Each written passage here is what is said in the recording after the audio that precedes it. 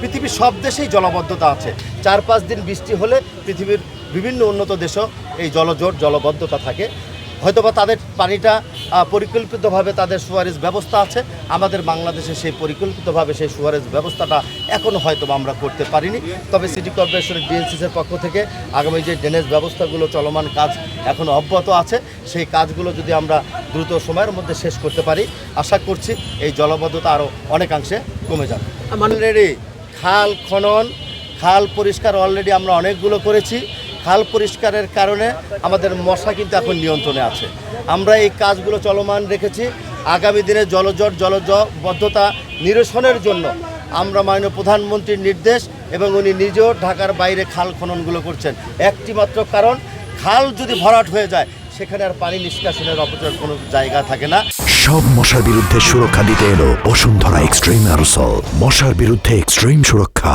সেই কারণে সিটি কর্পোরেশনের উদ্যোগে আমরা একটি করে নির্ধারণ করে আমরা খালগুলো উদ্ধার করব এবং সেই খালগুলো আমরা খনন করব বলে আমরা উদ্যোগ গ্রহণ করেছি। অলরেডি আমাদের ডিমার্কেশনের কাজ চলমান আছে।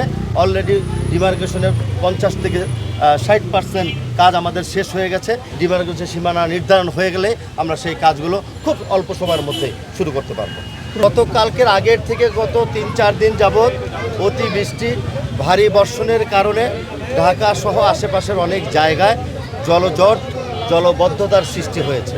আমরা গতকালকের থেকে যেখানে যেখানে বেশি জলবদ্ধতার সৃষ্টি হয়েছে সেখানে আমরা সরজমিনে নিজেরা সেখানে পরিদর্শন করেছি। কি কারণে আসলে এতক্ষণ সময় লাগছে পানি নামতে, কি কারণে এটা আগামী দিনে কি করণীয় সেটাকে নির্ধারণ করে গতকালকের থেকে অব্যাহত বিরামহীনভাবে আমরা পরিদর্শন করছি। আজকেও বিভিন্ন জায়গায় আমরা যাব। গতকালকে যেখানে যেখানে আমাদের হটস্পটগুলো ছিল সেখানে অলরেডি পানি নেমে গেছে। সেই পানি নামার পিছনে আমার সিটি কর্পোরেশনের পরিচ্ছন্ন কর্মী যারা আছেন তারা বৃষ্টির মধ্যে ভিজে তারা সকাল বিকাল রাত্রে পর্যন্ত অব্যাহতভাবে কাজ করেছে এবং অন্ততপক্ষে তাদের কাছে সহানুভূতি দেখানোর জন্য আমি এবং আমার অফিসারদের সাথে করে নিয়ে গেছি। আজকেও বিভিন্ন জায়গায় যেখানে পানি জমাট আছে অল্প অল্প, সেখানে আমার কর্মীরা সিটি কর্পোরেশনের পক্ষ থেকে সেখানে কাজ অব্যাহত রেখেছে। আজকে যেখানে দাঁড়িয়ে কথা বলছি সেই যে লেকগুলো হলো আমাদের রাজধানী উন্নয়ন কর্তৃপক্ষ রাজুকের, ওনারা এটা তত্ত্বাবধান করে ওনাকে দেখাশোনা করেন। সিটি কর্পোরেশনের পক্ষ থেকে নগরবাসী হয়তোবা অনেক কিছুই তারা জানে না এবং নগরবাসীর একটা আবেদন থাকে, একটা আশার জায়গা থাকে যে সিটি কর্পোরেশনের প্রশাসক বা মেয়র মহোদয়রা জলবদ্ধতা জলজট হলে তারা কি করে। সেই কারণে তাদেরকে আশ্বস্ত করার জন্য আমি নিজে রাজুকের কর্তৃপক্ষের সাথে কথা বলেছি। আর যেই জায়গায় রাস্তাটা ভেঙে গেছে সেটা রাজুকের আন্ডারে।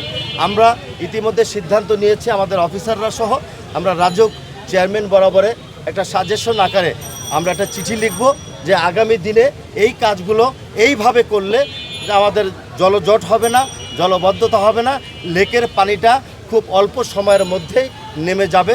লেকের পানি উপচিয়ে যাতে গুলশান সোসাইটি কিংবা অন্য সোসাইটির কোনো রাস্তায়, বাড্ডা সোসাইটির রাস্তায় সেই পানিগুলো যাতে না যায়, এরকম একটা পরিকল্পনা আমরা করেছি আমাদের ইঞ্জিনিয়ার ডিপার্টমেন্ট। সেই আকারে তাদেরকে আমরা আগামীকাল সকালের মধ্যেই আমরা একটা চিঠি দিয়ে তাদেরকে তাদের প্রতি একটা আবেদন করব। এমনিভাবে যেই জায়গায় জলাবদ্ধতা হয়েছে আমাদের সিটি কর্পোরেশনের আওতাধীন আমরা সেটা নিয়ে কাজ করে অতি দ্রুত সময়ের মধ্যে সেই আগামীর জন্য আমরা তৈরি করে ফেলব, যাতে করে এমনিভাবে ভারী বর্ষণ হলেও পানিটা দ্রুত সময়ের মধ্যে যাতে নেমে যায়।